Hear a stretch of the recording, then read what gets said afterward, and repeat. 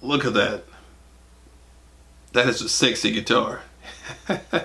Welcome to another Ultimate Expression video. I am coming to you today about this Ibanez RG1527. It is a 7-string guitar. I excluded this from my last video where I talked about modded guitars. This one's not really modded, but it is one that I've had for a while in my 7-string collection. I just hadn't touched it. One of the reasons I hadn't touched it, I just didn't feel like fooling with it, but I do have some recordings I want to make with the 7-string guitar. The thing about this one, it was tuned down one whole step. It was like that when I bought it. I just never bothered to retune it. Recently, I tuned it to E, and the Edge Pro 7 isn't sitting where it needs to sit. Right now, it's not tuned up at all. You can see how the edge just raised up there. It's pretty easy to see on the video. The saddles are supposed to lie flat or parallel to the body. The trim pocket came with 3 springs on it, and you can see where the claw sits. The claw is pretty well screwed in there a long way. And it's secured by a couple of screws down there. Nothing wrong with the tremolo. It's just the setup on it. I don't actually know what size strings are on here. I think there's something heavier than a 9-gauge set. So what I'm going to do is restring this guitar, and then I'm going to adjust the springs to where it's at like a diamond shape towards the claw. If you know anything about adjusting tremolos, sometimes they can be a pain. So I'm going to change the strings on this bad boy and see what happens. But this is what I meant. I was changing the springs into the diamond configuration. It's supposed to add a little bit more tension to the guitar.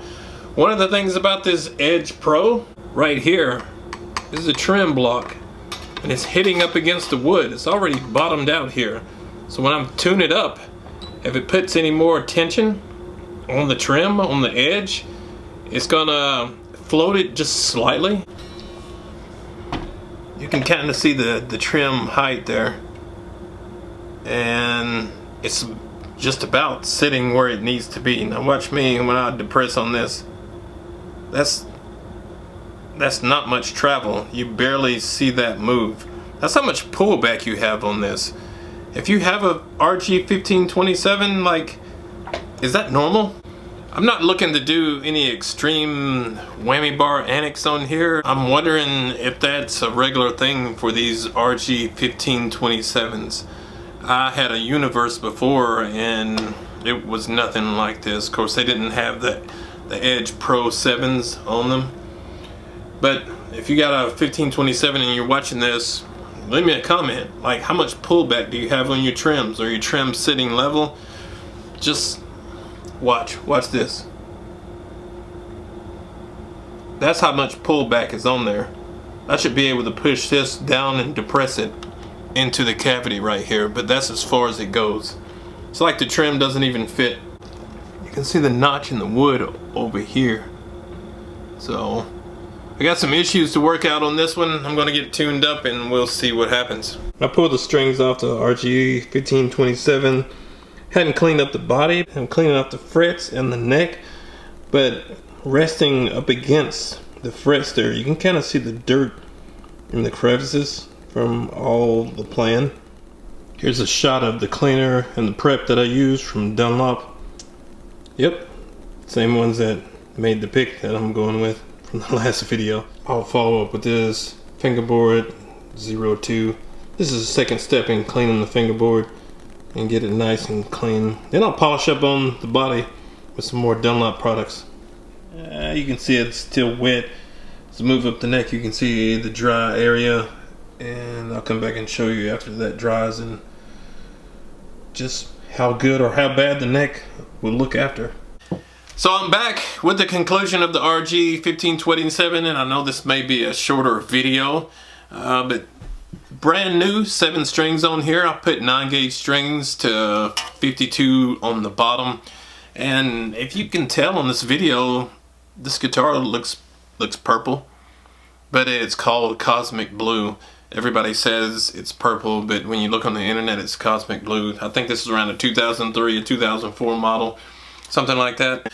I looked on the forums. A lot of other people were having problems with the springs in the back and basically moving their claw all the way where it connected to the body to try and get this trim to set where it's supposed to. I didn't want to move it that far down. That's why you see the battery in the back. I'm just kind of holding it in place for now. I'm gonna get some new springs for this, some FU tone springs, so this trim sits in the pocket where it needs to be. For all you enthusiasts, I believe you can kind of see how much that sits up outside the body. Anyway, I think you 7-string guys get the point.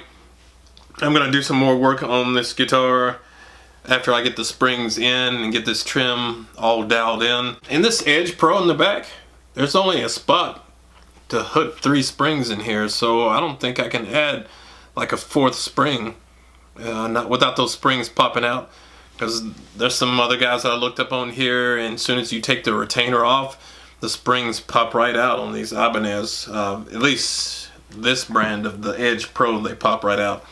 I have a JS1000. I don't have any problems like this out of the JS1000. I think it's just 7 strings. 7 strings are definitely a sexy guitar, but it's just, I love the look of them, and I've got to get this thing back to jamming on it. I did hook it up and I played it. That's why I have the battery in the back. It sounds alright, but it has way too much bass. I think I'm going to wind up changing the pickups out in the future. It's a work in progress, so I'm going to label this officially as the next project as opposed to the PGM. The 1527 is getting the next upgrade. I will get with you guys and upload a part 2, but thanks for tuning into the channel. I'll catch you guys in the next vlog. Ultimate Expression in 2025, baby.